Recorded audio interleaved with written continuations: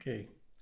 Good evening, guten Abend, everyone. Thank you for being here with us in the room and out there in the virtual space. My name is Elad Apidot. I'm a professor for Jewish Studies at the University of Lille and the co-director of the Berlin Center for Intellectual Diaspora here at the Katholische Akademie in Berlin. One of the main goals of our center is to create conversations that reflect on contemporary concerns in the meeting point of politics, religion, culture, society, by turning back to various intellectual traditions that define, that belong, that inspire our currently increasingly plural societies.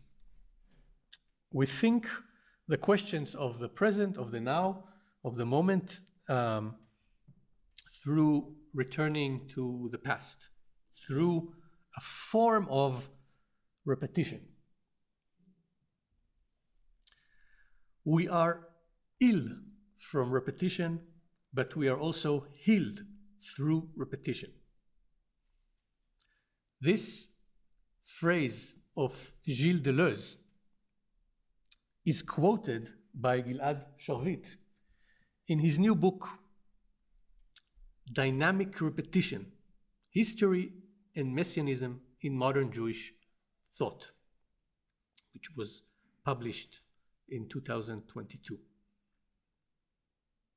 Jewish thought is today deeply troubled by ills of historical repetition, repeating war, repeating violence, repeating conflicts.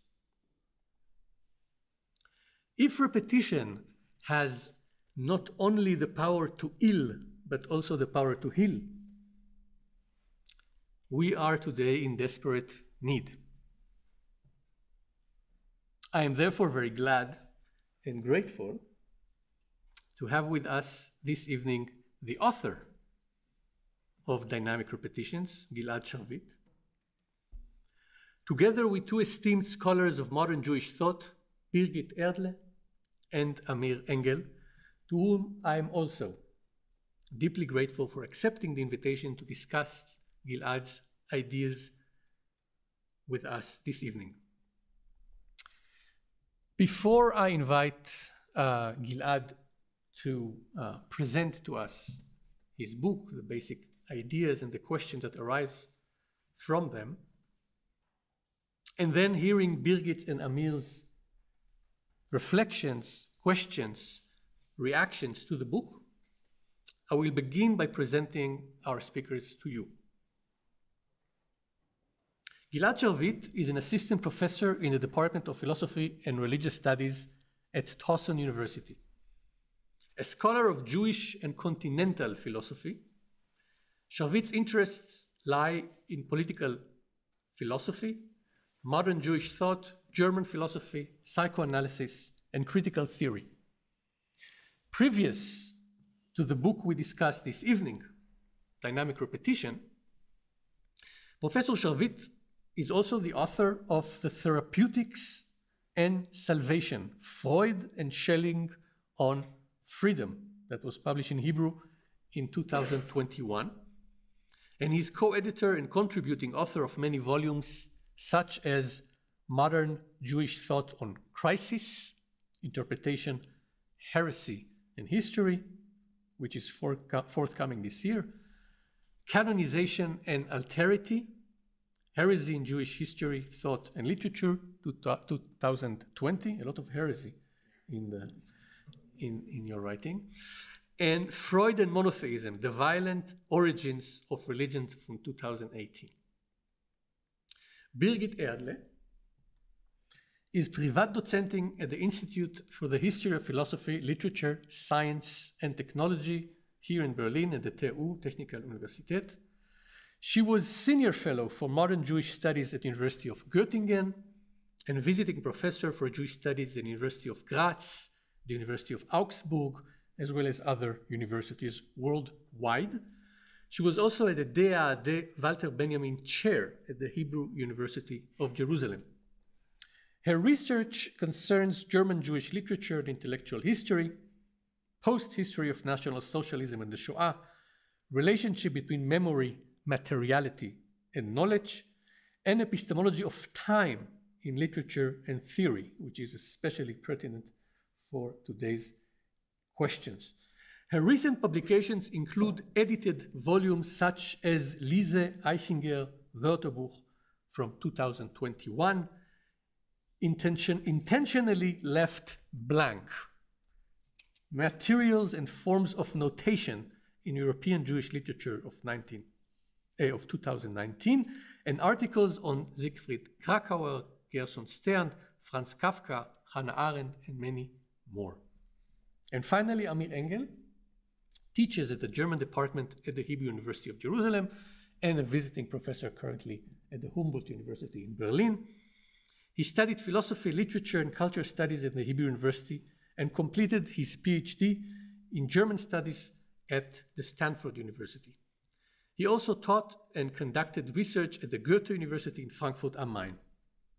His works are situated in the field of German Jewish literature and intellectual history, and among his publications is a book under the title Gershom Scholem, an Intellectual Biography of 2017. Thank you again, all of you, for being here tonight. And to start the evening, I invite Gilad, please.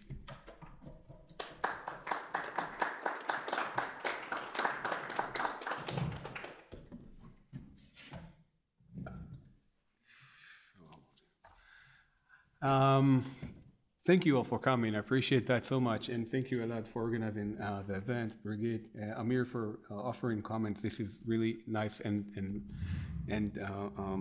I'm looking forward to the conversation. So I'm thinking about Messianism in a way that I think kind of like offers alternatives to what we think about Messianism today. And it will be interesting to think about that maybe later on. I would like to start with, there is a Talmudic tale in Babylonian Talmud about the Messiah at the gates of Rome. And the story goes that Rabbi Yehoshua somehow talks with Elijah, and Elijah known to be foretelling the coming of the Messiah. And he asks him, he takes the opportunity to ask, when will the Messiah come? Now, interestingly, the answer is quite odd. He tells him to ask Messiah himself. And Rabbi Yehoshua, where is he? And he says, it's in the gates of Rome. And then he says, how will I know him? And he says, at the gates, there are only lepers and poor, and all the lepers treat their wounds at once. So they take all the bandages, take care of the wound, and then tie them back. But the Messiah is doing it differently. He's taking them one after another. So the Messiah, like the lepers, has bandages, but he takes them one after another because he needs to be ready at any moment. So the Rabbi Yehoshua go and ask the Messiah, meets the Messiah, asks the Messiah, when will you come? And the Messiah tells him, today. He doesn't come that day, as we know, and so he returns, Rabbi Yehoshua returns to Elijah and asks him what happened. Did the Messiah lie? And so the Messiah, and then Elijah explains what happened by the words from Psalms. He says, today if you will listen to his voice. So this is a very famous Talmudic story about the Messiah. Now there are two ways to think about, there are two ways usually to think about what is the meaning of this messianic tale in the Talmud. The first is that the coming of the Messiah happens at the end of time, marking the culmination of human history. The implication of this reading is that the coming of the Messiah is dependent upon us in our devotion, if we will listen to his voice. The second, less common interpretation suggests that even the Messiah is unsure about the timing of his coming, and therefore the end could be at any moment. In this reading, history's end is not a completion so much as a breaking off, and the coming of the Messiah is unrelated to our actions. So there are two options, either historical progression or historical progress, or abrupt end. But both kinds of very traditional ways to think about Messianism agree on one point, and that is that they seem to focus on the end of time, meaning the Messiah arrives and his arrival heralds an end to history. The tale, however, interestingly, also offers a third model to understand Messianic temporality, a model of repetition, one that I argue, interestingly, connected to modern thinking about Messianism in modern Jewish thought. This is demonstrated by the repetitive outline of the story, in that Rabbi Yeshua meets Elijah twice, but much more importantly, in that the Messiah himself experiences repetition at the gates of Rome. When he treats his wound one after another, he unties the bandage, as I said, then treats the wound, and then ties the bandages again, one wound after another, again and again and again. And not only that, he's supposed to come every day, so it's waiting for his coming day after day after day, this kind of like cyclical repetition that he's experiencing. So rather than offering a story about linear history or progressive or abrupt messianic intervention, the Talmud appears to depict messianic time differently. The Messiah experienced time in and through repetition. Another crucial insight that the tale offers is that the messianic time appears to be very mundane experience. We are not told of a Messiah storming from above, but rather of a person replacing bandages at the gate of a city. There is something remarkably ordinary. It is not a mystical, not a transcendent experience. It is a regular experience. Now, I find that the clues to the Talmudic, the clues from this Talmudic repetitive messianic time, one experience in mundane reality, could be found in modern reformulation of Messianism in 20th century German speaking world, and I specifically think about Freud, Benjamin, Rosenzweig, and Kafka in my work. Now, naturally, the differences among them are wide, not only in terms of their work, but in terms of their biography. But usually when we think about these thinkers and many others, we think about them in what is called sometimes the post-assimilatory generation, in the fact that they hail from families that either themselves distant, or either the family distant from Judaism or Jewish traditions, or themselves distant from Jewish tradition. And what's interesting about this group, and even this generation, is that despite, or perhaps because of this separation from Judaism, they were still fascinated with Judaism and found within it solution to the basic challenges of their time. So there is and this in a way, this is actually reminds me all the time our realities. There is a disillusionment with enlightenment, with ideas of progress after World War I. There is a scare of fascism, anti-Semitism. There is a lack of and lack of faith in institutions. And what they do is that they find that this reality is a reality of stuckness, of being unable to solve something essential. There is something beyond our ability to change. And what they do, they start to think in messianic terms about their realities. They try to think, or they start to search for solutions elsewhere, not in the political system, not in regular political ideals, but actually somewhere else. And they look for those solutions somewhere else. By that I mean to say in Jewish traditions, mostly of Messianism. And like the Messiah in Rome, their models did not invoke transcendent involvement in history, but rather mundane, perhaps even unimpressive actions that still held messianic importance. Still, it is strange to think about Messianism in terms of repetition. Repetition, after all, seems to deny change, rather than enforce it. And so in order to say something about that, let me start with thinking about Messianism, about repetition in the ancient world. And you can see here the oobos, the snake that eats its own tail as a sign of repetition, or the eternal return of the same in the ancient world. So usually when we talk about repetition, we mean to say that event or a thing are identical to another. When we know that one year repeats another, it is to identify how they are essentially the same. Now, this type of repetition had an important religious and philosophical function in archaic society, one related to the problem of meaning. The argument is that in archaic society, the profane world was consistently conceived as valueless and without meaning. The significance of a thing was not embedded in the physical presence of the object, but established through its relation to a sacred reality or a sacred transcendence. Because of that, there was a need for divine models or prototypes that people could emulate to give their world meaning. In this context, repetition, that is the identity between human reality and divine or sacred reality, became crucial. Now, important to remember that this sacred reality, I will just give it to you.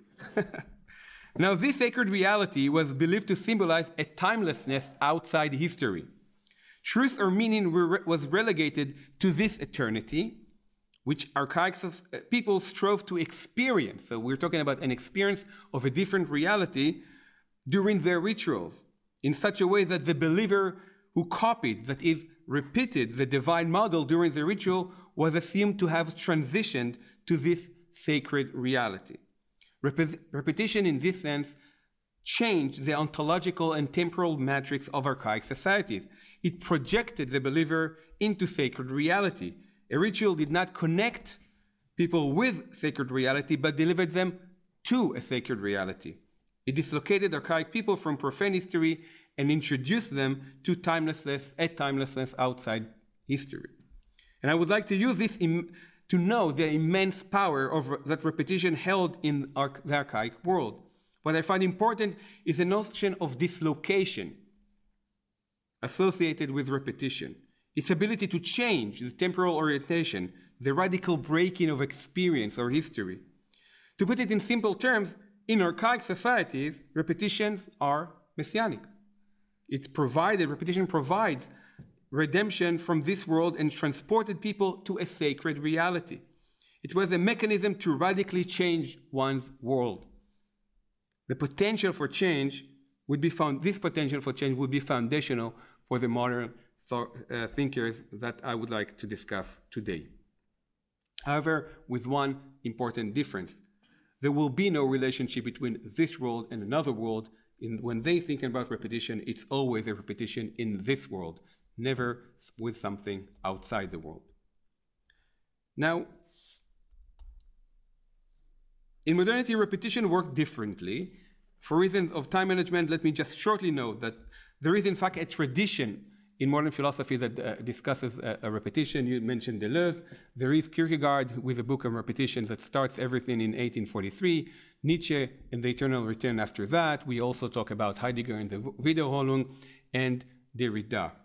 And what's interesting about all of them is that they think about repetition rather differently, in the sense that they don't focus on what's identical between events or between in rituals, but actually on difference or what's not the same in repetition.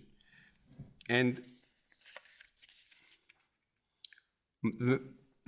the main argument of my book is that this modern model of repetition informs modern Jewish thought.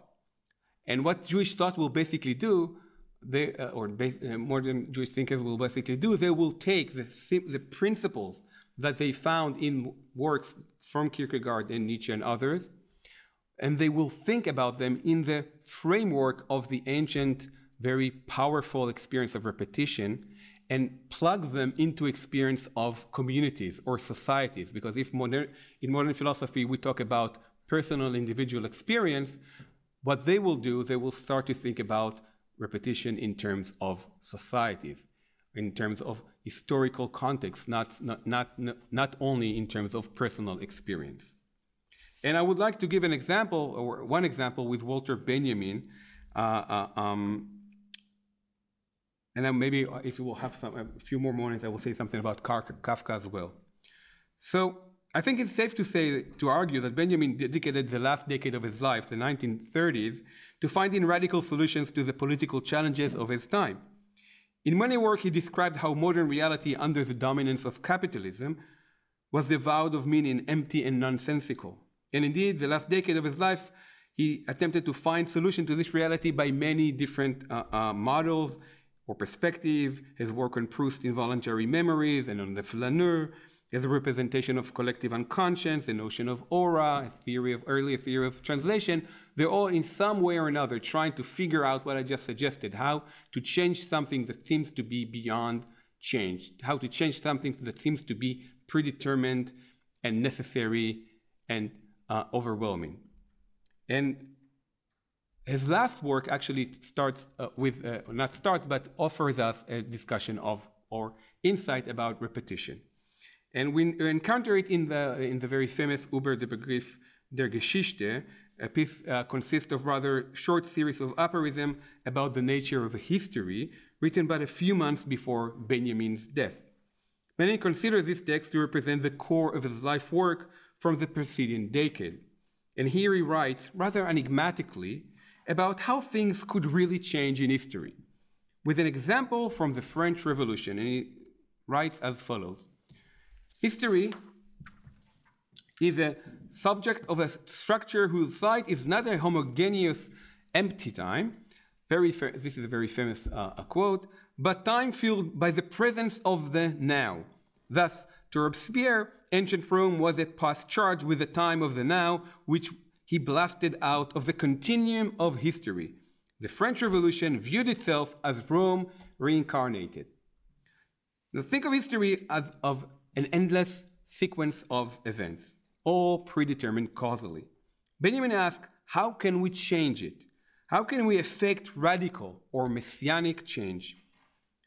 Well, Benjamin's last solution is a recognition of repetition of events in history. And to explain why this could be a solution, let's talk for a moment about individual experience of repetition. And Kierkegaard's book that I just mentioned and you just saw on repetition is actually helpful here. He argues that when repetition happens between my present, and let's talk about myself for a moment, and a certain moment in my past, this connection allows me to re-experience my present differently. For a short example, a few weeks ago I actually visited with my mother a place in my childhood, a neighborhood I haven't seen for 30 years or so. And this visit was special because it allowed me to think of myself not as living my life as always, as Gilad, who is a professor in Towson University, but as somehow directly connected to myself as I was in my childhood years. This is not nostalgia that I'm expressing. Actually, it wasn't a very pleasant experience. I felt estranged, distanced, out of place. I wasn't my usual self, but rather me from the past somehow meeting me from the present. Maybe you had same experiences. This is repetition for Kierkegaard, and this is important for us because this moment actually allowed me to think of myself as my own present, not as the endpoint of many different decisions that I made throughout my life that led me to be who I am right now, but somehow as connected to this past. And from this past, somehow I could think of myself as having more possibilities, more opportunities, a different horizon than the one I had just a few minutes ago before I went to this place. The same logic informs Benjamin's imagination. In its terms of a period, repetition for him is a new and different form of remembrance. Robespierre, in Benjamin's understanding, was not interested in history for its own sake. He rather focused on the present, and on crucial repetitive structure he identified between the present and the past in order to rethink the present, to change the present.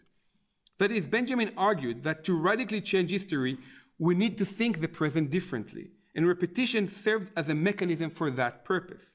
It enables us to envision the present as harboring opportunities otherwise unseen, in a similar way to my own experience a few weeks ago, in which I was not only myself, but also myself of a different kind. Now, what is interesting is that for Benjamin, the problem of the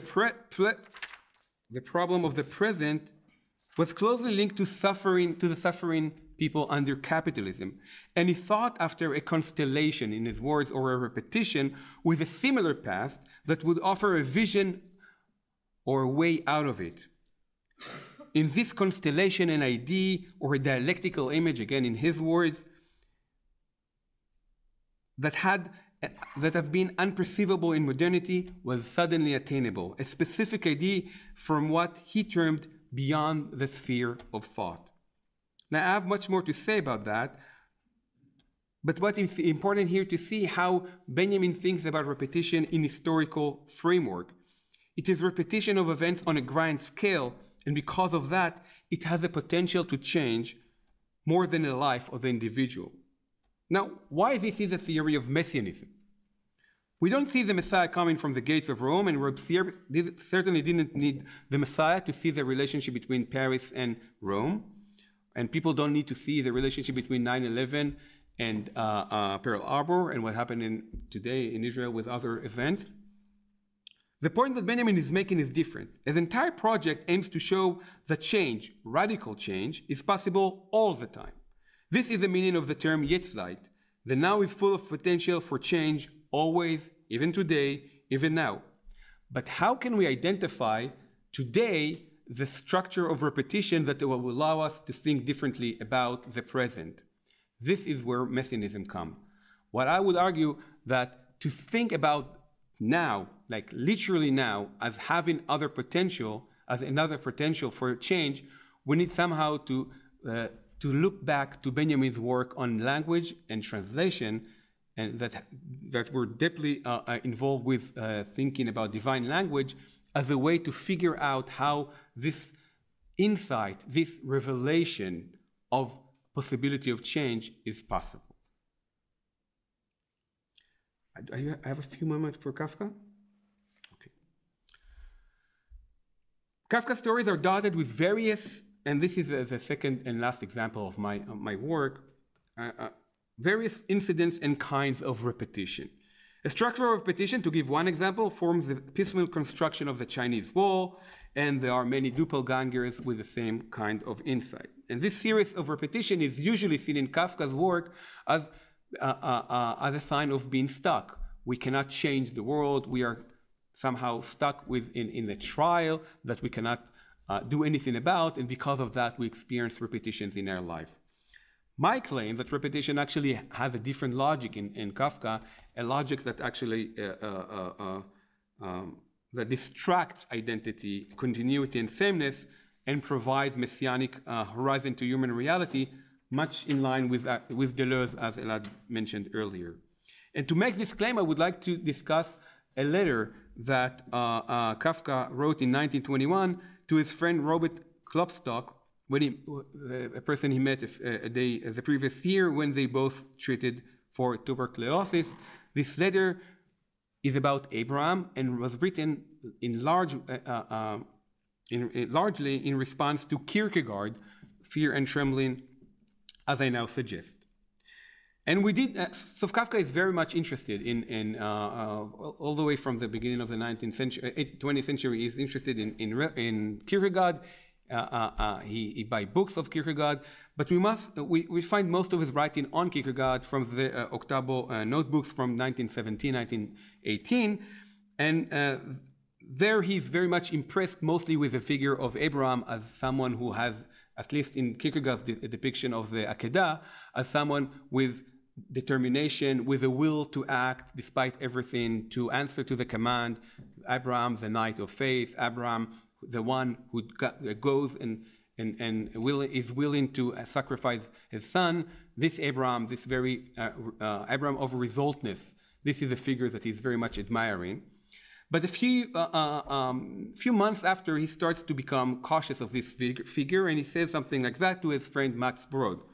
Kierkegaard doesn't see the ordinary men and paints the monstrous Abraham in the clouds. And in the same letter, Kafka announces that his physical identification with Kierkegaard has evaporated. And the disillusionment with Kierkegaard culminated a few years later in this letter that we'll talk about Abraham to Klopstock, to whom he actually gave a copy of Fear and Trembling a few years before. And in the letter, Kafka introduces three alternative stories of the Akedah, and I will give a very short description. You could see the first one here, and then I will read more. The first one, Abraham the patriarch, is replaced by another Abraham, who would be as ready to carry out the order for the sacrifice as a waiter would be ready to carry out his orders, but who would still never manage to perform the sacrifice because he cannot get away from home. He is indispensable. The farm needs him. There is always something he must attend to. The second Abraham is in fact several Abrahams who stand, and here is the longer version, who stand on their building sites and suddenly are supposed to go to Mount Moriah. Possibly they do not even have a son and are called upon to sacrifice him. These are impossibilities, and Sarah is right to laugh. All we can do is suspect that these men are deliberately not finishing their houses. And the last version, and I'm sorry for doing it quick, the third Abraham is one who certainly wants to carry out the sacrifice properly and in general correctly senses what the whole thing is about, but cannot imagine that he is the one meant, the repulsive old man and his dirty boy. And when we read Kafka's version of the biblical story, we cannot avoid the impression that Kierkegaard's Abraham was simply a fanatic murderer. This is a quote. Fear and trembling is often read as a eulogy to Abraham's faith, as I just mentioned, resolteness and bravery. Kafka, however, rejects Kierkegaard's monstrous Abraham. His letter points to the essence of the story as he judges it, that is, that Abraham was willing to kill, not sacrifice, his son. And indeed, in his essay, Abraham the Other, Derrida notes these tactics of postponement and deferral used by Kafka's Abraham. Rather than being an epitome of compliance and resignation, in Derrida's reading, Kafka's Abraham sets an example of a radical refuser to enter a discussion, to communicate, or to participate. But what's interesting to me in this letter is the fact that this letter is a repetition of letters, or a repetition of stories. And it's interesting because it's not only two letters, there are three letters here. And I think that this is an important fact. Because if there are only two letters, this is an either-or logic. It's this or that. But when you have three, this actually could become a much longer series. So I believe that in writing three examples, Kafka basically suggests there are many others that I'm not writing right now. Only two would be something like either-or. Three means a repetitive, longer, potentially longer structure of stories. Now, it is important to remember that actually Kierkegaard himself writes 4 versions of the story of the Akedah. So he himself has repetition in his own story, and many others in his diaries.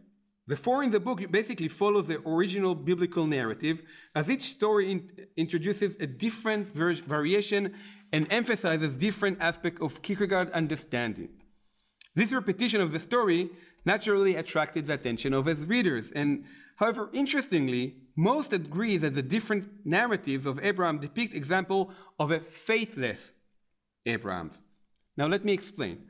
In line with Kierkegaard's religious existentialism, Fear and Trembling does not provide a simple, specific, and concrete formula for the kind of faith and infinite resignation Kierkegaard has in mind, but rather a long and detailed excursion into the complicated and paradoxical condition of spiritual life. Kierkegaard accomplishes that in a series of stories of Abraham whose outcome is not faith, but rather a failure to achieve faith. So rather than describing faith conceptually or directly, Kierkegaard resorts to a series of examples that provide clear insight into the faith, what faith is not, and by that portray an outline of what faith is. In other words, by means of repetition, Kierkegaard zeroes in on the spiritual experience of Abraham. He explicates that which is beyond our words by canceling all other opportunities. So if I'm shooting enough arrows, you will have a clear understanding of what I'm actually trying to suggest without saying it directly. Repetition in this sense is supposed to create harmony. Kafka does something very different. He turns to repetition to dismantle the unitary representation of Abraham. His variations do not produce harmony. His letter does not provide better insight into Abraham, but emphasizes the differences between his fabulated Abrahams. Kafka provides a repetitive description of Abraham to show an instability in the Abrahamic figure. The stories highlight differences, not similarities. But more than that, in Kierkegaard's Fear and Trembling, Abraham represents a singularity that cannot be comprehended or be reduced to logical or ethical framework. Abraham's singular experience is completely out of context. It is absolutely and categorically unique. Abraham cannot speak. Kierkegaard declares again and again, because of this unique singular experience, there is no way we can understand it directly. Kafka is doing something different. He's telling us stories that produce a multiplicity that undermines this singularity. If Kierkegaard takes the context out of Abraham's story, I argue that Kafka, in fact, reinserts it. And this is a positive aspect of the letter. Rather than simply disrupting the unitary figure of Abraham, the singular experience, the Kafkan variation expands Kierkegaard's story of Abraham. They make space for different possible meanings. They contextualize and animate Abraham. In repetition, Kierkegaard's silent Abraham speaks. The towering, unimaginable story of Abraham, which the Bible tells and Kierkegaard's books amplifies, breaks down into a series of small, almost inconsequential stories that bring Abraham back to human reality. If Kierkegaard emphasizes the incommunicability of the Abrahamic experience, Kafka's Abraham reintroduces the concrete, the material, the mundane.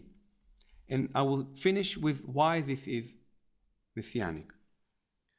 The unraveling of Kierkegaard's Abraham suggests a messianic vision. And to explain this vision, I would like to remind the common notion that in the monotheistic tradition, Abraham symbolizes the point of origins, the beginning of Jewish history. My argument is that in thinking differently about the figure of Abraham, Kafka suggests a way to think differently about Jewish history, maybe even about history in general. That is, if we are used to thinking of history as predetermined and homogeneous, as singular as Abraham's experience, and this is the exact same problem Benjamin faces in his own work, Kafka's letter, in conjuring different other Abrahams, set an example, a literary example, of how we can recognize in a single moment, in a single story, different histories that suggest different versions of Judaism or even humanity. Like in Benjamin, the present of Abraham in Kafka's reading of the biblical story is open to new, unforeseen interpretation. It is fundamentally multidimensional. The same, I argue, may apply to history. Thank you.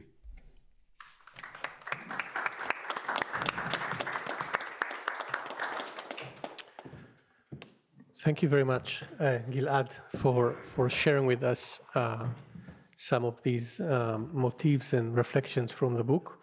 And I will now invite Birgit for her intervention and contribution to the discussion. Please, Birgit.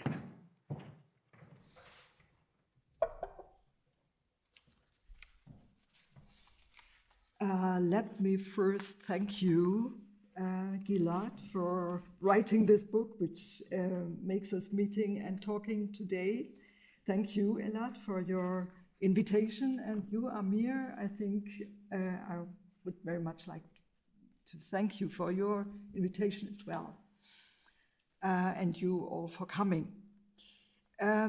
There are many possibilities and points of reference in Gilad's exciting book for commentary.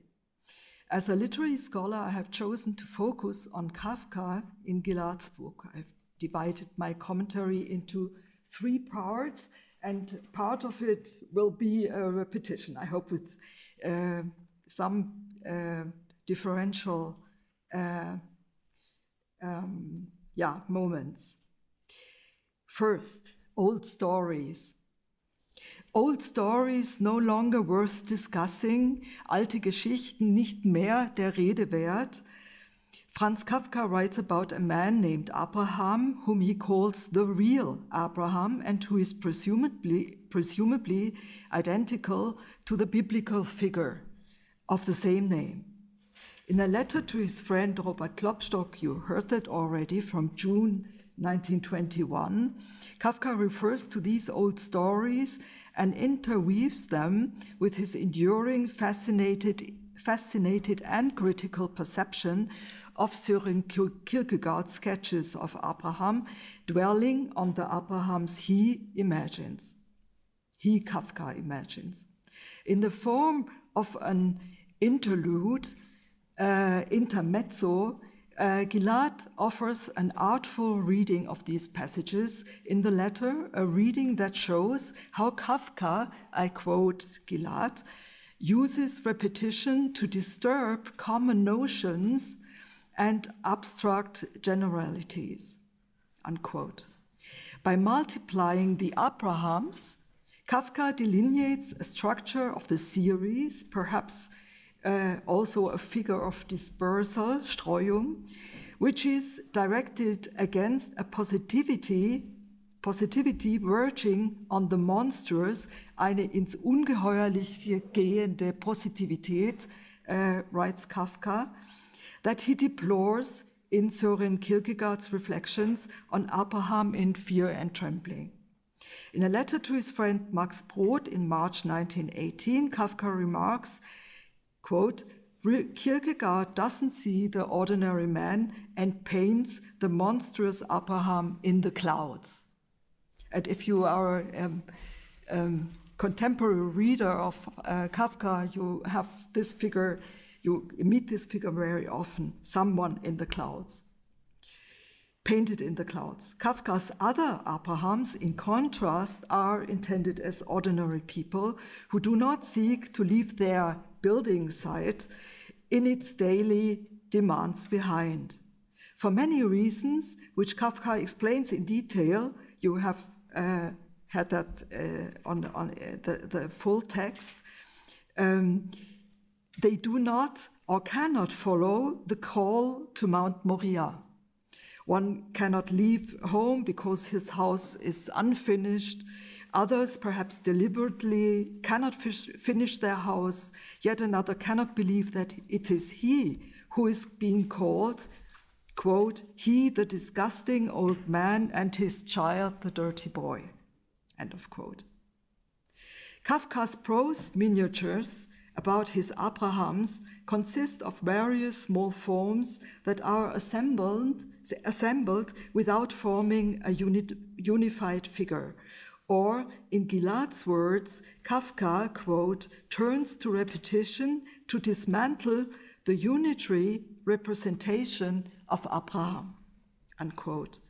The letter to Robert Klopstock allows us to catch a brief glimpse of Kafka's own building site, where he recalls the ideal monstrous Abraham, monstrous is der ungeheure Abraham, as he arises in Kierkegaard's Christian reading, from the clouds back to the earth, back to human reality, to cite Gilad.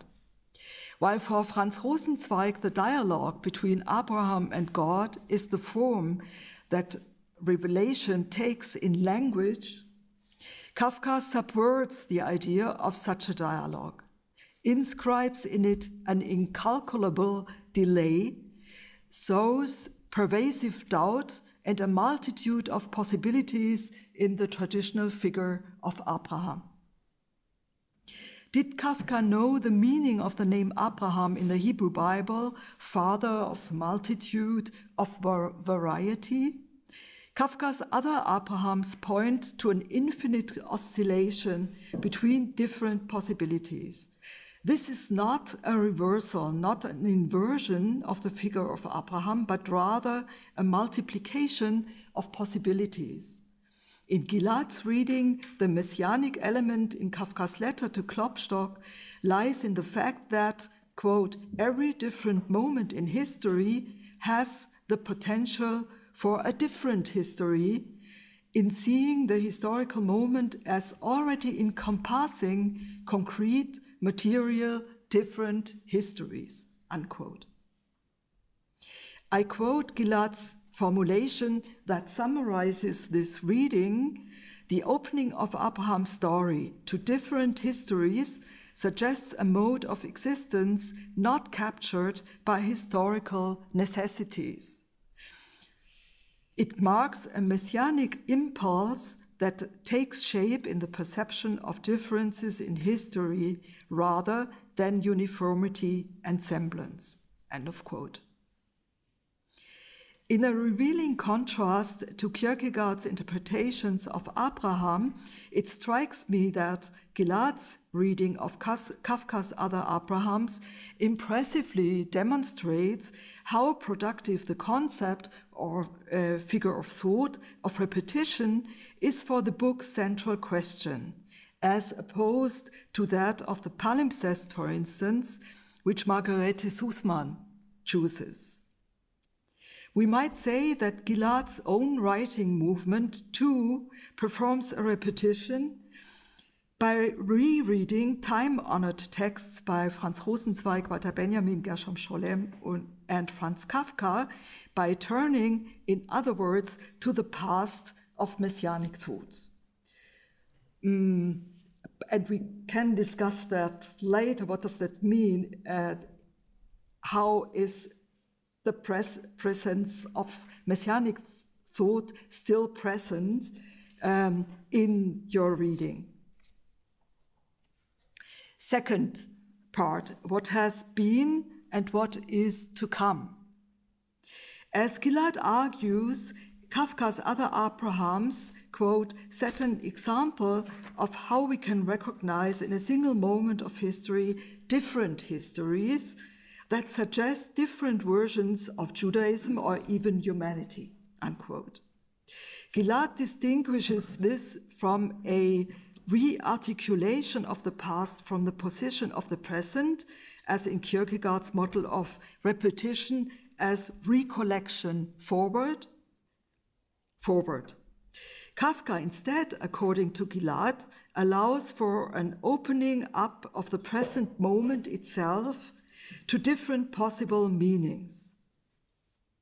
When Kafka refers to the biblical tradition of the story of Abraham as old stories no longer worth discussing, this already indicates in the slightest gesture that, unlike Kierkegaard, as Gilad notes, Kafka does not wish, quote, to think of repetition in terms of re-articulating the present by reappropriating the past.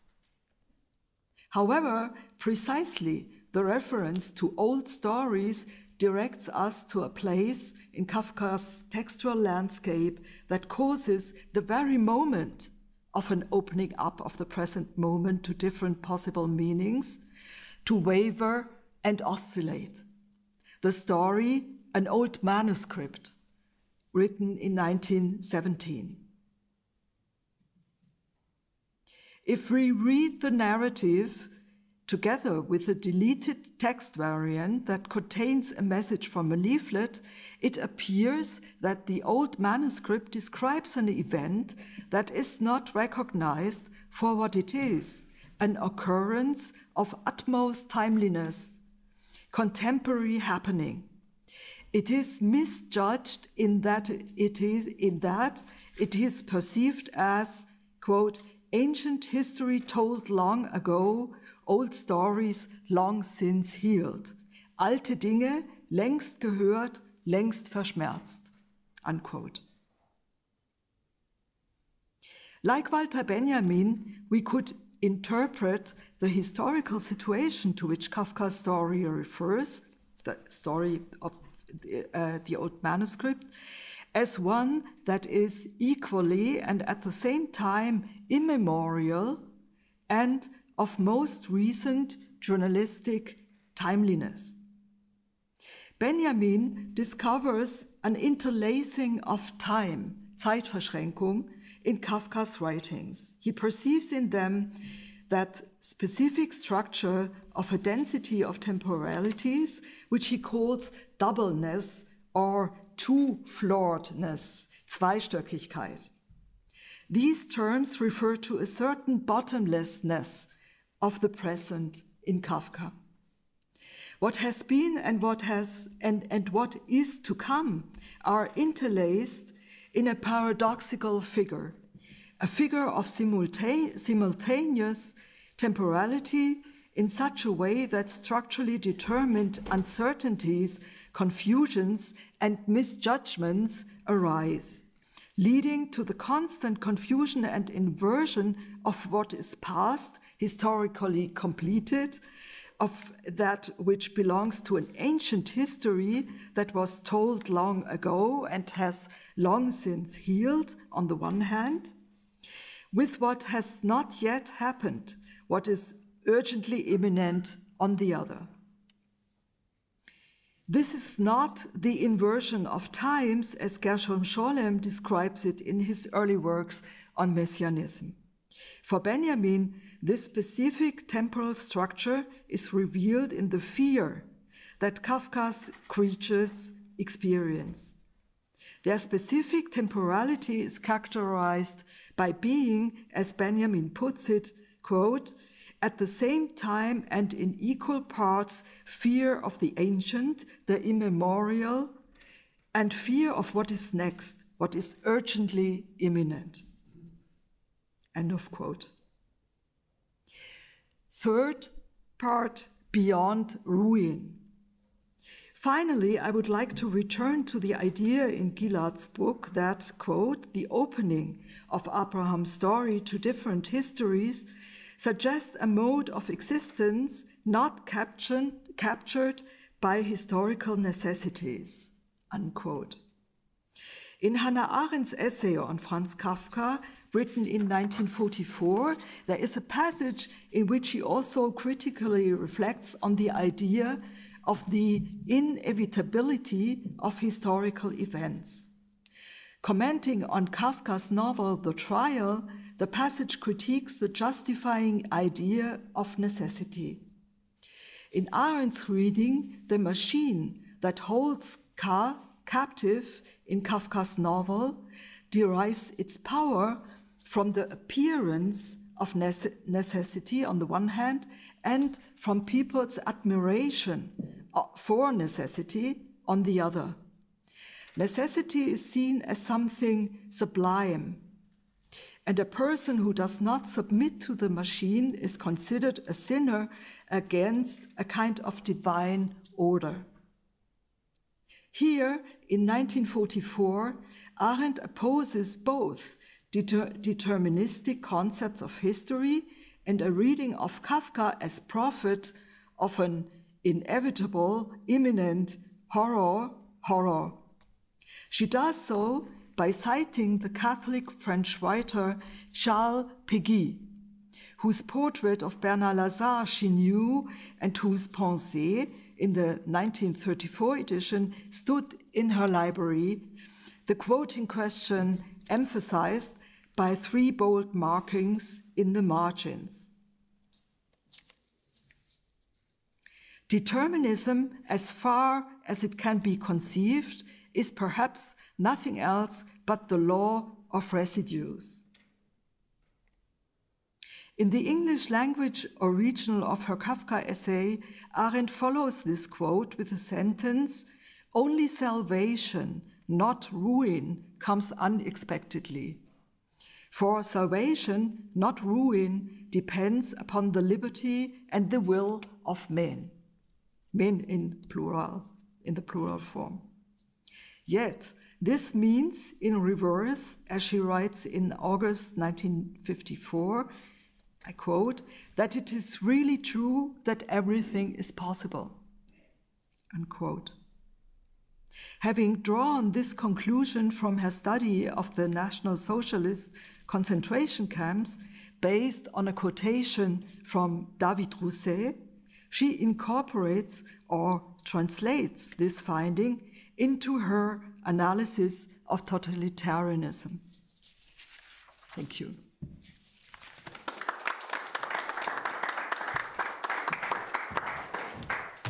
Thank you very much, Birgit.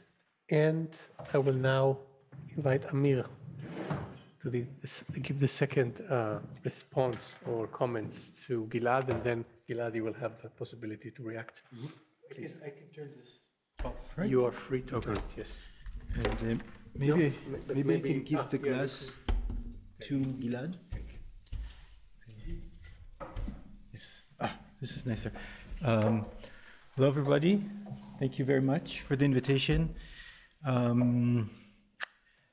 What I will try to present shortly is my reading, my interpretation of Gilad's book, and that's something of a, excuse me, I can't avoid the joke, a repetition. My response is organized in three parts, titled with three names. Part number one is Karl Löwit, part number two is Friedrich Nietzsche, and part number three, this might come as a shock, is Gilad Sharvit. At the end, I will finish with a few words of thanks. Karl Löwit. I think it's not an exaggeration to suggest that this book, Dynamic Repetition, follows in the footstep of Karl Löwit. More specifically, it follows in this footstep of a book he published shortly after the end of World War II, titled Meaning in History. Löwit's life story is not untypical for his time, and therefore I think it's worth some time, our discussion here. He was born in 1897 in Munich to a family of Jewish ancestry, if I remember correctly, but I wasn't able to find it today. His mother's parents were converted Jews. This, by the way, is a story often avoided by the scholars of German Jewish culture and history. Some of them are sitting among us, and myself as well. Next to the heroes of the field, like, well, Freud and Kafka and Rosenzweig and Scholem and Buber, there are others who actually forgone their Judaism. They couldn't care about Judaism or converted for different reasons. They are somehow part of the story. In any case, Löwit grew up in a middle-class educated milieu in Munich, and immediately after the end of his gymnasium, volunteered to serve in the Kaiser's army. He thus follows squarely in the footsteps of what Robert Wold called Generation 1914. According to Löwit himself, his own account, the problem was, I quote, that he read too much Nietzsche and took Nietzsche's command to live life dangerous, or to live a dangerous life, too seriously. Löwit was gravely injured and battled and somehow survived. After the war, he started to study philosophy more seriously in the university, and he joined a small band of students who congregated around the soon to become the oracle of German history, yes, Martin Heidegger.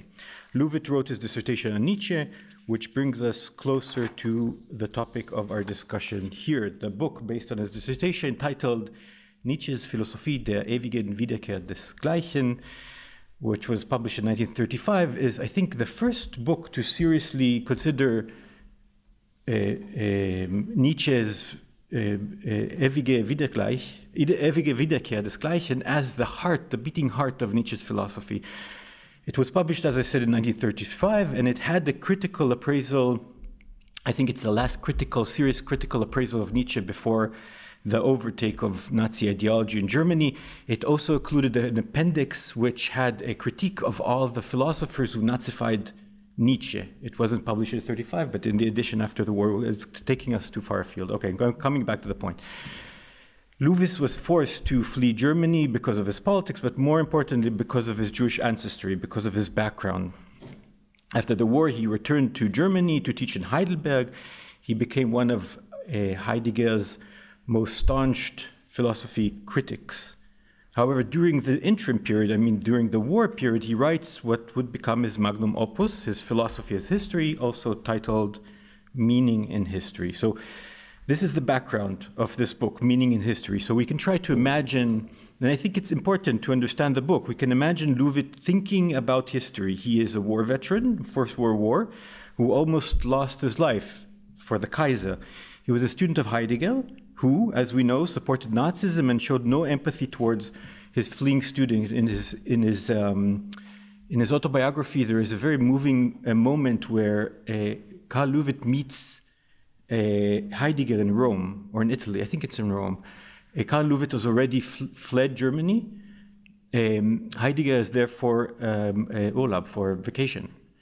And Löwit is disgusted by the fact that Heidegger can't care less about the future of his former student and what he's doing in Rome in the first place and so forth. Okay, so he was a student of Heidegger who couldn't care less. He was first at the University of Kyoto in Japan, because he escaped first to Japan, and he was teaching the Western philosophical tradition there until he felt unsafe in Japan. He leaves Japan to the United States only months before Pearl Harbor, right? So we can think about this person sitting in an American university and trying to imagine, what does it mean? What does history actually mean? In an implicit sense, what does it mean for him, and where is this taking him? His answer is one, and I'm sure you won't be surprised, of disappointment. The argument of the book is that history is a modern construct, which is strung between two opposing models of meaning-giving, which exist since the beginning of time. Gilad talked about them, and I will repeat more or less.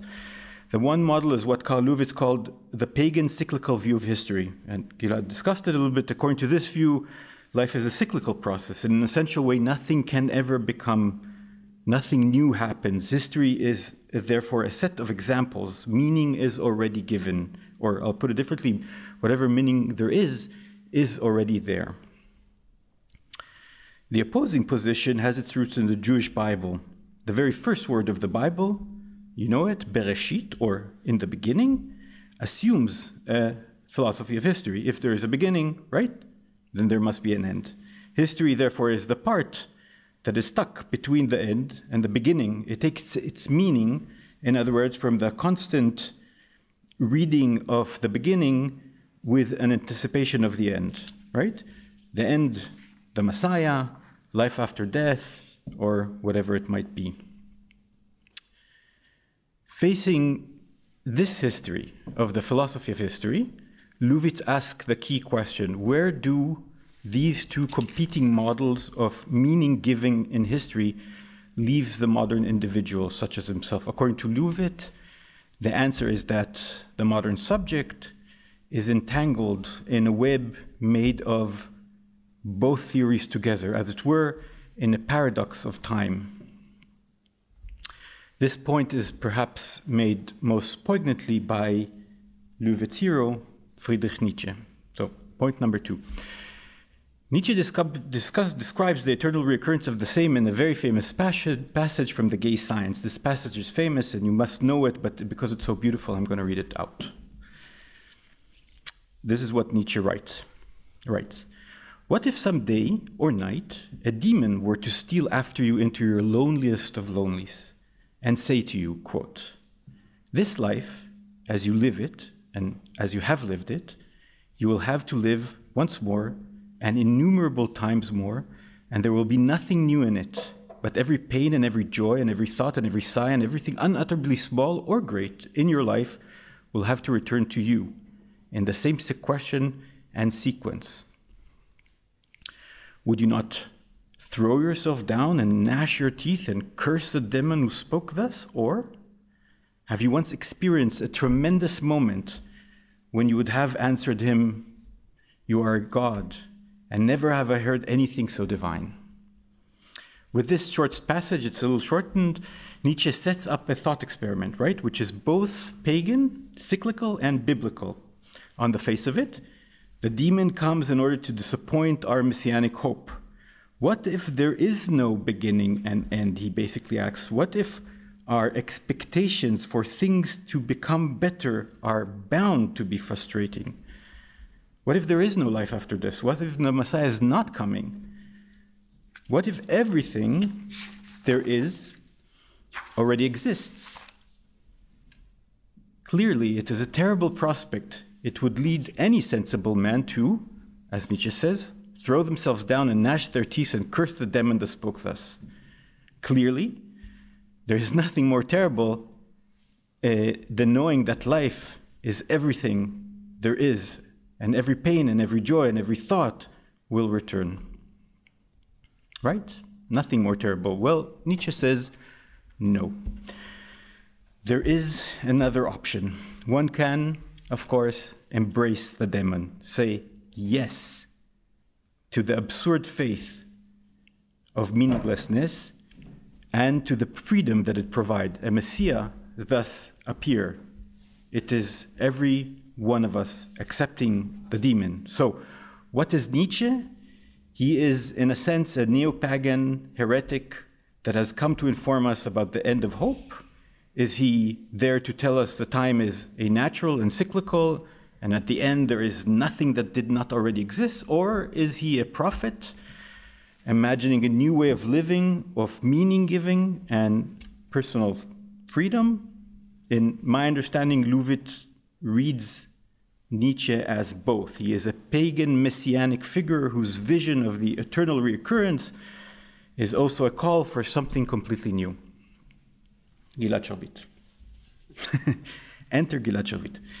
In my reading of your book, Gilad, is an attempt to search and elaborate this complicated relation to time that Löwit discovers in Nietzsche and then in an entire list of other thinkers among the Jewish thinker, among a certain tradition of Jewish thought. In other words, it asks if there are Jewish representatives in the tradition of neo-pagan prophecy or neo-pagan messianism and sorts. And it is an interesting question, I think, because the Jewish tradition serves as the model for linear time, Bereshit, remember? So are there any neo-pagan prophets who are able to draw from the Jewish sources a modern, that is a paradoxical philosophy of time and create something new? Well, good news, yes. According to Gilad, and at least in my reading of your book, there are quite a few of them. We can mention, well, Benjamin, Rosenzweig, Kafka, Freud, and possibly some others. I cannot discuss them in any serious depths. And so I would like to make very brief comments to conclude on Kafka and Freud, actually, and also on Kafka, but very, very brief. First, Freud. Gilad is adamant Freud was not a prophetic figure, and he did not accept any kind of messianic view of history. He was not waiting for an end of times or even of his own life, and yet he had some kind of hope for something better. In Gilad terms, and I quote him, there seems to exist a possibility of Freudian revelation, a quasi-messianic or weak messianic relief. So not redemption, relief, but maybe that's something. And interestingly, Freud discovers this weak quasi-messianic relief in the historical figure of Moses. This is what Gilad kind of unearths for us in very, very general terms, and I'm not going to go over the entire argument, which is very detailed and interesting, but very general terms. History for Freud, in Gilad's reading, is a dialectical process that arises from a tension between reason and sensuality, right? If we know anything about Freud, then of course sensuality and ability to control it are very basic kind of concerns. Jewish history, Freud thought, close to the end of this life, was a symbol of a sort of triumph, a certain kind of, well, balanced moderation. These are my terms, but I think they fit. It is a case. Jewish history or Jewish tradition is a case for Freud, or this is what Freud seems to suggest, according to Gilad. It is a case to prove that actually Judaism and European bourgeois standards of behavior can work well together. But written after the ascent of Nazism to power in Germany and published in 1939, it is also this text about Moses and the monotheism, as Gilad very nicely puts it, a return of Freud to the fold of the Jewish faith. As he writes, e credo qua absurdum. Kafka is a harder nut to crack, and I'm not going to do it here. We also heard a little bit about it. It is hard to imagine a more pessimistic writer than Kafka. Kafka's protagonists, as we all know, never make it. They do not make it to the castle. They do not get the trial they want. They waste their time away until they die and outside the law. They miss their meetings. They're thrown out. They're killed by their family. The list goes on and on. Kafka, even in Gilad's reading, cannot quite point out an horizon, and yet Kafka also in Gilad's reading belongs to this tale. I feel it's late, and you both discussed it, so and also it's too upbeat, so I'm gonna leave it at that. But I think there is a very interesting discussion to be had about your reading of Kafka. Thank yous. Thank you all for coming. Thank you, Gilad, for hosting us. Birgit, thank you for your comments. And Gilad, thank you so much for your book. I want to mention that I was invited to present at your previous book that was in Israel. It was under very different conditions. It was Corona, so it was on Zoom, so this is much nicer. And if you don't mind me saying so, I'm very much looking to your next book. Thank you so much.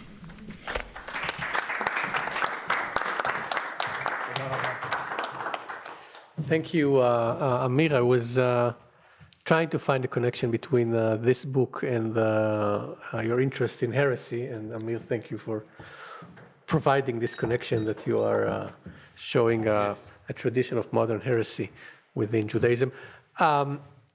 I suggest now, Gilad, take a few moments to, if you want, to respond to Birgit's and Amir's points. Do it rather shortly so we can open a discussion and hear questions and reflections of other people, please. Yeah, thank you. Thank you so much. This was really, really interesting.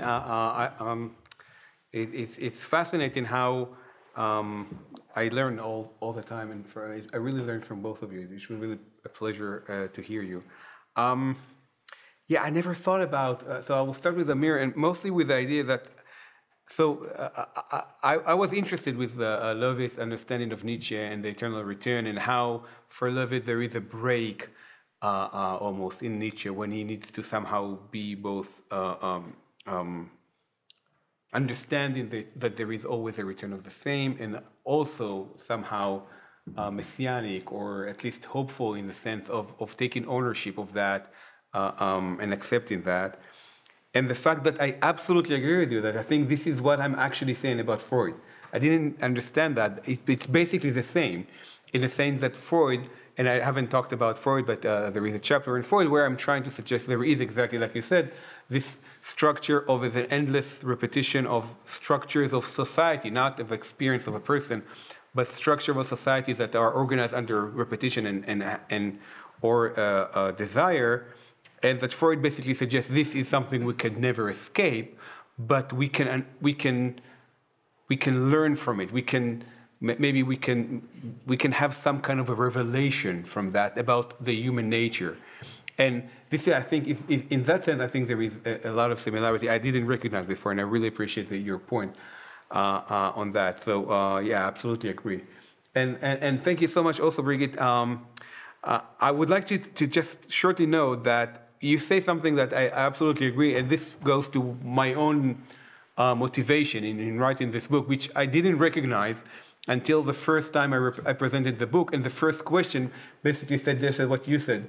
And it says that it seems to be the case that I'm also finding myself in maybe we all find ourselves in a kind of a predetermined reality that is beyond our control, and we're thinking about ways to change. And I'm also going back to a period in which there seems to be some kind of repetition. So in a way, I absolutely agree with you. I think there is this intuition, at least in my own motivation, that I didn't recognize, about that maybe a way for us to change the world would be kind of like what maybe you suggested earlier, is to try to think about this moment as somehow relating to the Weimar Republic, and then somehow to think about how this connection can offer differences that we're unable to recognize today. I think this is, in the end, this is what I'm trying to suggest in this book, that there could be different versions of Messianism, not only versions of violence and white or Jewish supremacy, but something very different. And my hope is that by thinking about this period, we can do the same that they did, in a sense of repeating to something previous and learning about the present from them. It didn't work out very well for them. No, it didn't. Okay, thank you, Gilad, for reacting to the reactions. And I will now open the discussion to the room and invite you all to offer your questions or remarks to whatever themes that were discussed here, either directly to Gilad or to the other to discussants. Please, Antonis. Yes, thank you very much. I have two questions for the author. Yes, I have two questions. My first... Yes, yes. Okay, my first question is, it was not that clear if you could elaborate on this point. Repetition, you understand repetition as something that occurs and that we identify it, or as something that we, as society or as another unit, we bring about? So your authors, they detect repetition or they bring about repetitions, okay? And my second question, if I understood well, you have a chapter on Rosenzweig as well. Could you just shortly say something about the theme of repetition in Rosenzweig? Thanks. Yes, so basically, thank you. So Rosenzweig thinks about repetition as something that we experience. He talks about repetition of the weeks and the years, the repetition of the Jewish calendar as a repetition of value, of messianic value. What he thinks is that, very, very briefly, there are two movements in history. The Christian movement is a movement to unite everyone under God in order to bring redemption. And the Jews have a very specific task in this worldview, and this task is to create an ethical community that will project or anticipate, in his words, how the world needs, what would the redemption would look like. So you have like a lighthouse somewhere outside of history, and you have the history united under Christianity in order to get to God. So this is like a dual movement. And this dual movement actually is a dual movement in terms of tempos or temporality, in a sense that the Christian experience a linear history in the sense that they need to come to the end of time, but the Jews experience a repetitive, cyclical temporality, one based on their calendar, and he has a long discussion about this calendar, in what way it's repetitive, how it is different from the Christian calendar, why it produces an experience of eternity, but all that in order to say that through repetitions of events on the Jewish calendar of the year, but also in the Jewish week, there is a creation of some kind of unique temporal difference that allow the Jewish people to be separated from the rest of the world. His word is on the shores of history, and therefore to be able to move on, to allow this Jewish community to be secluded, isolated, experience a different reality, temporal, not only temporal, but ontological reality, and thereby to be able to project where we all need to go. Now this is, and so this goes to your first question. So in the book, I'm basically suggesting exactly like you said, there are two ways to think about repetition.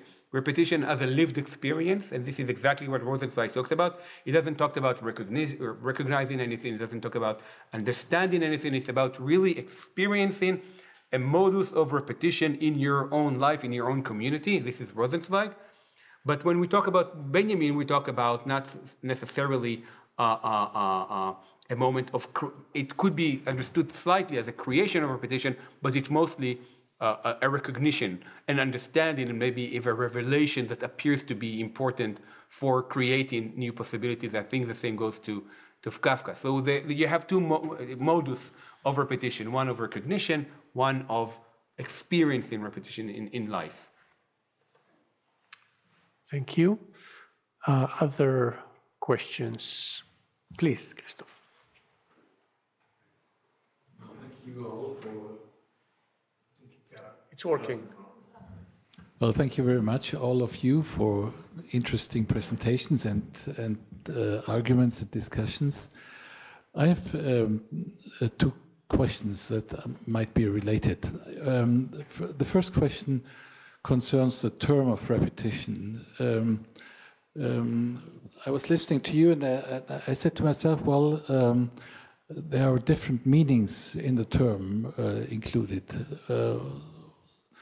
like variation or development or criticism. And and if I make a distinction between repetition, which is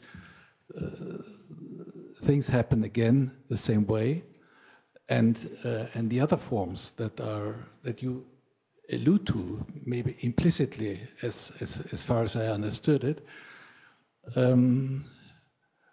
I just want to ask you if I'm correct there, and what what we gain by using the term repetition, if there are other terms in the field too. Second question concerns the distinction between these two groups, maybe. I think the concept of variation, of criticism, development, imply a subject,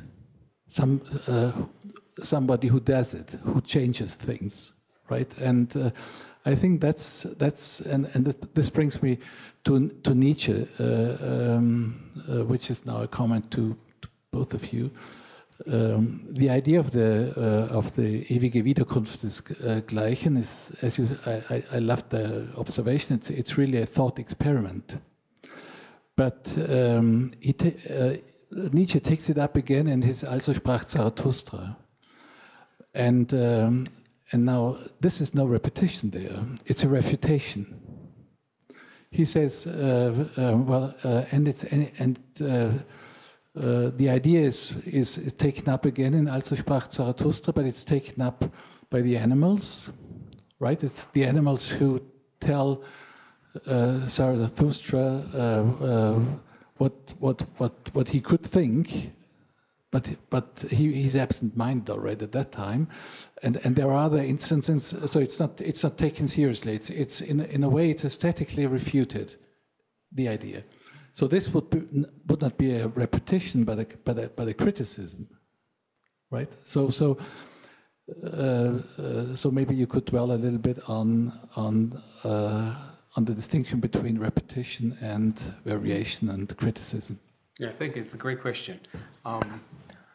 So there, as I said, there are two ways to think about repetition, and I think I didn't tackle that in the presentation. But modern philosophy is thinking of repetition in a way that is, in my mind, is quite hard to figure in a sense, because what you find in repetition is a way to fight against theories of rationality, in a sense, or theories of representation that focus on things as they are. So when I'm looking at these two battles, I can say how they're the same, but for modern philosophy, it's much more important to say why they're different, and that there is no sameness. Because if you're thinking about, if you're trying to reject sameness, that there is nothing that is always the same, you appear to be thinking against models of representation that focus on identity and conceptual thinking. And this is, for example, what happens in Deleuze. This is what informs Heidegger for sure, and Kierkegaard as well. What they're trying to do in the work is that in difference, in absolute difference, or in opposition to what was going on in the archaic society in antiquity, that there needs to be a perfect identity between what we're doing right now and what's happening, supposedly happens in the outside world, because this will produce meaning, in a sense that when you're doing rituals like marriage, what you need to do is exactly like what the mythical story tells us. So you need to act in exactly the same way, because acting in exactly the same way will promise you the meaning of the ritual or the meaning of marriage as it happens in the sacred world. So the importance or the emphasis is on how things are exactly the same, and a failure to create this sameness is actually a failure to have the ritual performed correctly. So this is identity in the sense we understand it today. When I'm saying something repeats something else, we understand it to be exactly the same. As I said, modern philosophy thinks about it very differently. It's not focused on how things are the same, because in thinking about things are the same, you end up having a philosophy or epistemological vision of the world that's never the change, of things that are always the same. And what philosophers try to do is to try to say there is no sameness. There is no truly sameness in the world. There is, when you really think about that, there is no true identity. There is always something that is surpassing the attempt to find identity. There is always something that is uniquely of this thing. Not only the fact that it is in a different space, the spatial matrix, but there's something unique about the thing, something, the overabundance of of reality of the thing that is found in thinking about this as repeating that. So I can think about this, and when I'm identifying how it's unique by thinking about it, how it is a variation of this and not the identity.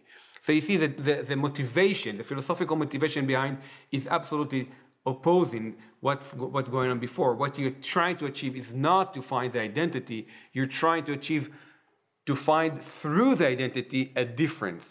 So, and because of that, you're right in saying that you have two basic ways to think about repetition. One that focuses on identity, which we will call repetition, and one that focuses on difference, which you can call critique or variation and whatever.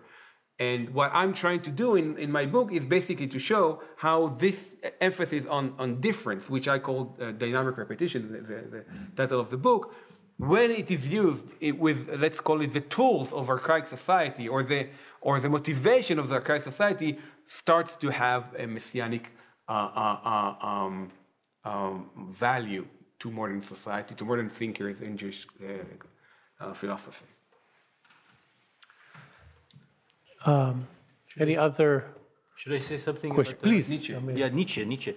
No, so there's a lot of literature on the question, what is it actually, this ewige Wiederkehr desgleichen? And I'm smart enough not to enter this discussion, but I would say this, and that is that it seems that it embodies two very central concerns that Nietzsche has. One is to refute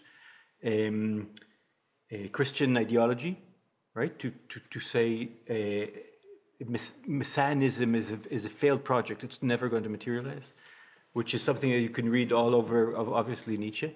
And the second is there is nevertheless a hope for a new kind of creation or new kind of self-creation that will accept the failure of Christianity or the failure of monotheistic religion as a worldview.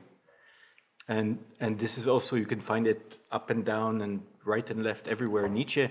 And these two exist in the, however you define what it actually is, you will find these both these motives, both these concerns. So that's how I read it. And for my purpose, yes, the one from the gay science is much nicer.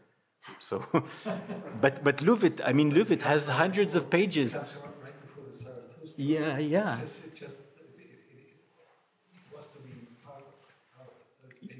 No, I agree. I mean, Löwit did it. Löwit's dissertation is on that, so I'm obviously not going to. Daniel.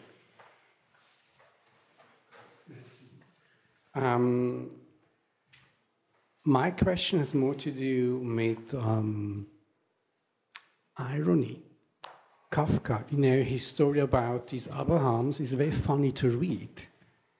It's a very different Kafka than the Kafka you mentioned, failure and catastrophes. It's extremely funny. And the question is, what does this teach us in the context of repetition? I think the basic of the irony in this Abraham story lies first in repetition. I think there are about 7 Abrahams, correct? Secondly, the irony has to do that this repetition kind of breaks up a chronology. They don't get it. They don't come to the end. We know there's no chronology we are familiar with. And thirdly, the third basic of the irony in the Abraham story is there are repetitions, but these Abrahams are different, right? And so my question is, did you have a look at the power of repetition in the context of irony, in the context of difference? Why do I ask you this question? You mentioned, and also you mentioned in your introduction, the situation today in Israel. And if we look at Eretz Nehederet and the success of Eretz Nehederet, it has very much to do, they tell stories again, but different. And that's where the power is of Eretz Nehederet, and it gives us some kind of relief. I wouldn't call And so how can we operate relief, irony, and repetition in what you're talking about or writing about? Sometimes my feeling is when we talk about the messianic, we seem to forget political power of something which is uplifting, which has to do with irony. Yeah, I absolutely agree. I think it's a beautiful thought. Thank you.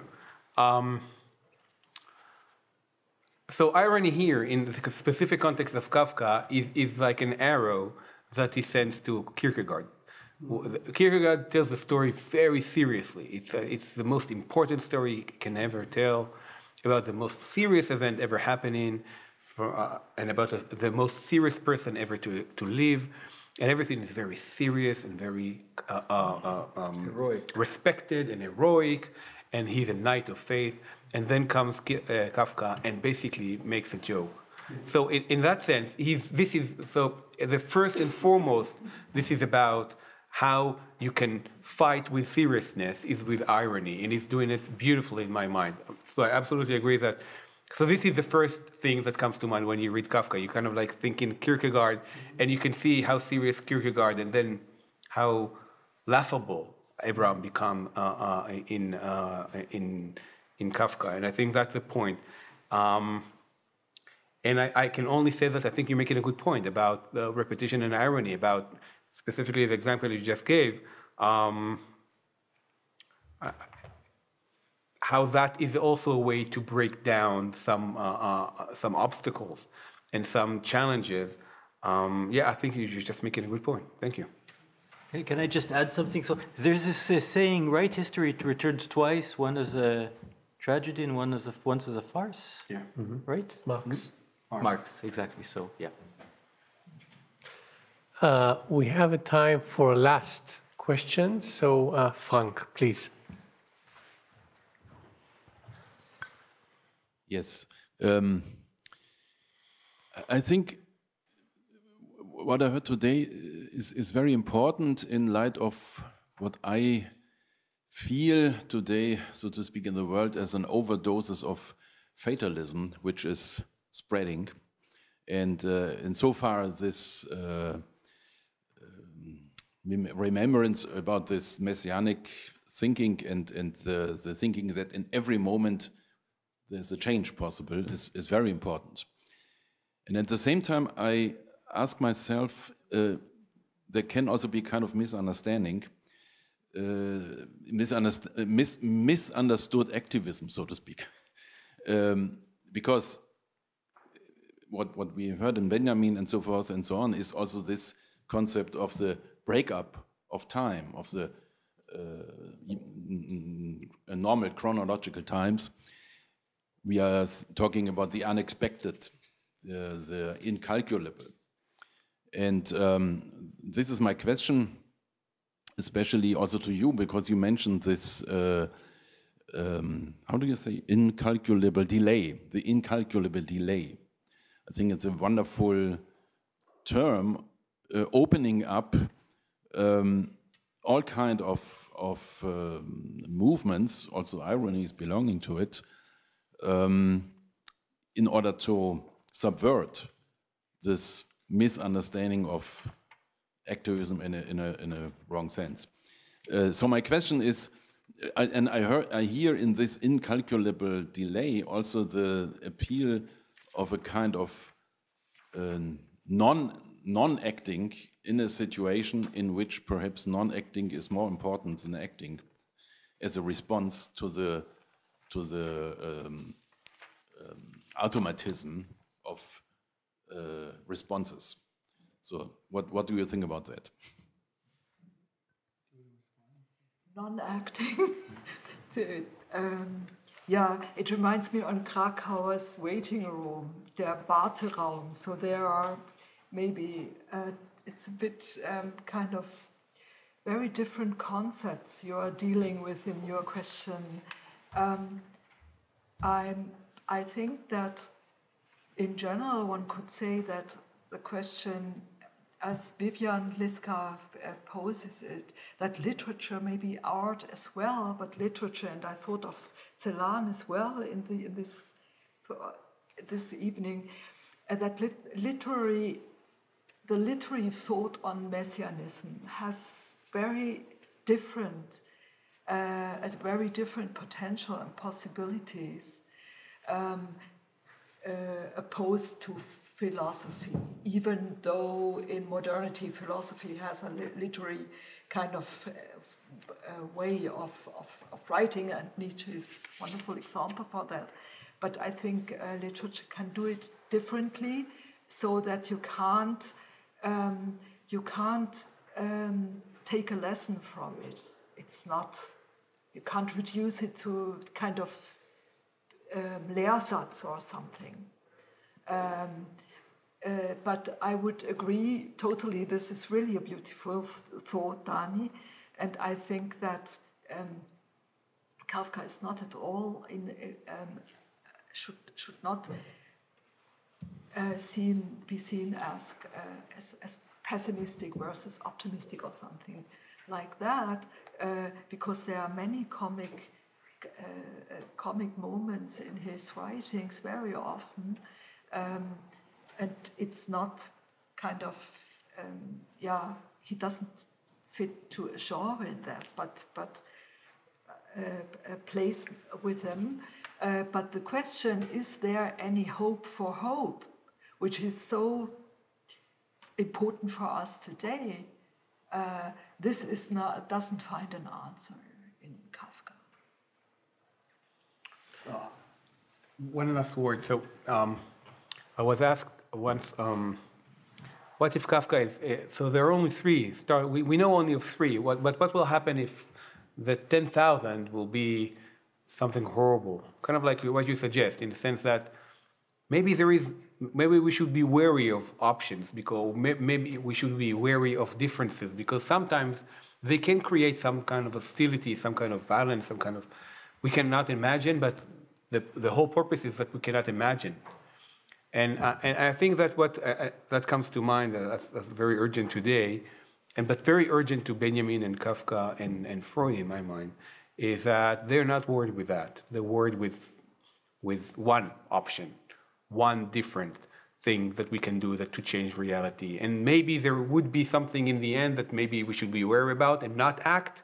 But if you will ask, then they would say, let's find this first one, the second one, the third one. And I think this is what I would say about today. Let's first find the first thing to change. Maybe in the end there will be something that that will be needed to be discussed differently and not to do. But I think that we're still looking for the first and second, or at least need to do the first and second. Thank you very much, Gilad, for this session of therapeutic repetition. Thank all of you for coming. Thank you, Amir, and thank you, Birgit, for these comments. I remind you, in case you don't know, that on Monday we will have a discussion here at the Academy on contemporary or even current initiatives for Palestinian-Jewish peaceful coexistence in Israel, Palestine. You're all invited to join us Monday at 7 o'clock. And until then, I wish you good evening. Please stay with us a little longer. There is wine and I hope some pretzels outside for a discussion. Thank you. Hope. I can only hope.